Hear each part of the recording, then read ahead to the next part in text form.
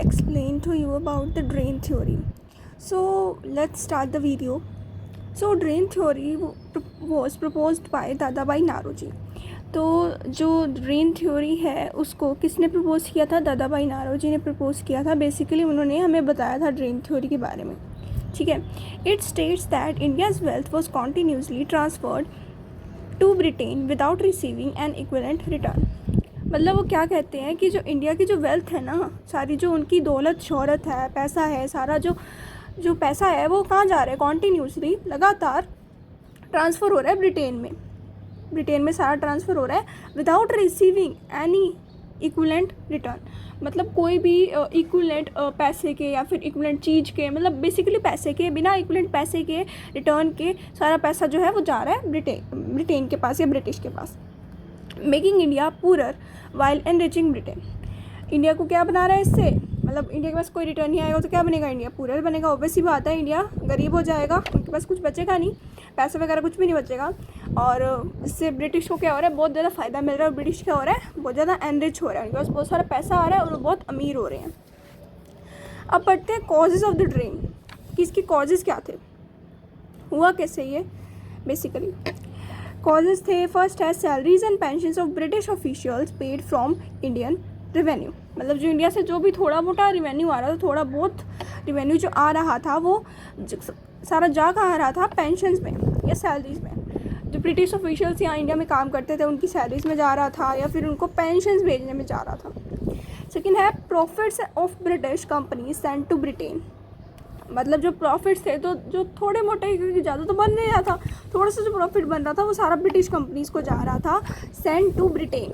British company में जो British की जो कंपनीज़ है इधर ब्रिटेन में, उनमें सारा पैसा जा रहा था ताकि वो एनरिच हो सके. थर्ड है interest on loans raised abroad. मतलब जो हमारे लोन्स थे और मतलब जो ब्रिटिश ने हमें लोन्स दिए थे उनका जो इंटरेस्ट था उन पे जा रहा था सारा पैसा.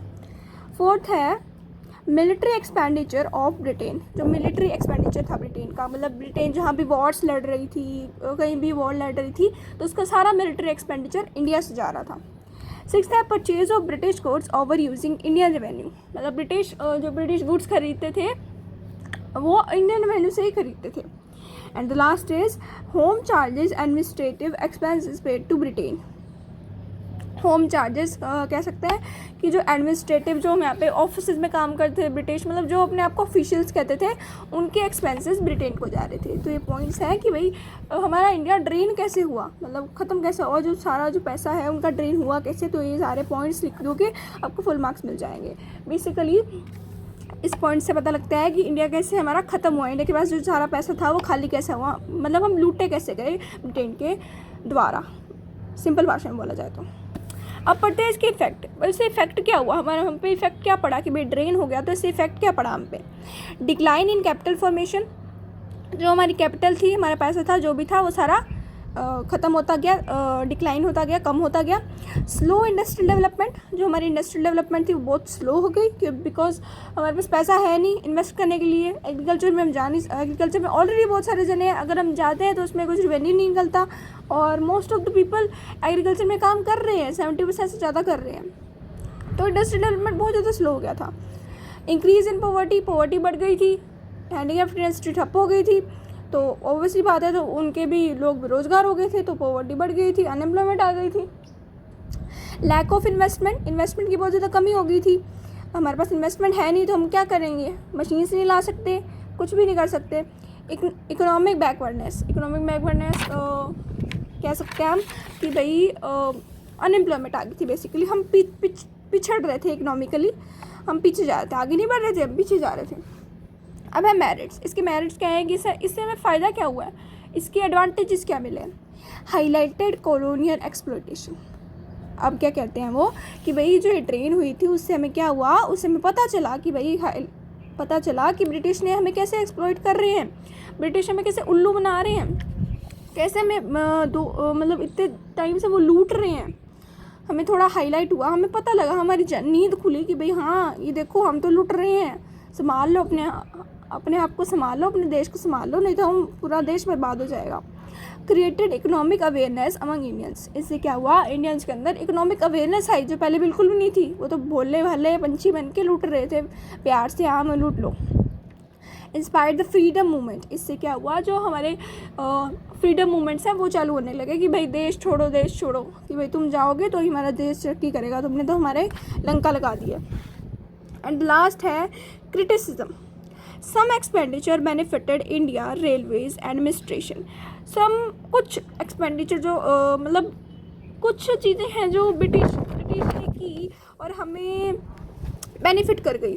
बेसिकली जैसे रेलवेज़ हो गया, एडमिनिस्ट्रेशन। रेलवेज़ किसके लिए बनाया उन्होंने, अपने लिए बनाया कि उनका जो गुड्स हैं जो वहाँ यहाँ से वो एक्सपोर्ट कर रहे हैं, चीप वाले गुड्स हैं, रॉ मटेरियल्स हैं, वो चीपली अपने देश को जा सके, इसलिए उन्होंने रेलवेज़ बनाए थे। एडमिनिस्ट्रेशन बनाए थे अपने आप के लिए, भी ऑफिस बनाए थे उनके ऑफिशियल्स के लिए।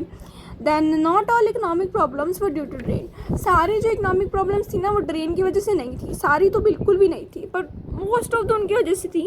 यहाँ पे पता नहीं क्यों लिखा गया कि not all, but most of उनकी वजह से थी, पर सारी नहीं थी, क्योंकि हम खुद भी उल्लू थे उस टाइम पे। Difficult to measure the exact amount transferred. हमें मतलब इतने हम छोटे, मतलब मैं क्या बता नहीं सकती शब्दों में, कि हम इतने भोले भाले थे कि हमें बहुत ज़्यादा डिफ़िकल्ट हो रहा था अपना एग्जैक्ट अमाउंट ट्रांसफ़र, जितनी हमें एग्जैक्ट अमाउंट ट्रांसफ़र की है उसे मेजर करने में ही हमें डिफ़िकल्ट हो रहा था। मतलब इतना हमारे में हम भोलापन था या कुछ भी कह लो। So basically this was the drain theory. मैंने एक्सप्लेन कर दी है एंड मुझे नहीं लगता कि भाई इससे ज़्यादा इसमें और कुछ पढ़ने की ज़रूरत है। सो thank you, thanks for watching guys, subscribe for more such videos. And मुझे बताना कि आपको ये वीडियो कैसी लगी, कमेंट्स में ज़रूर बताना।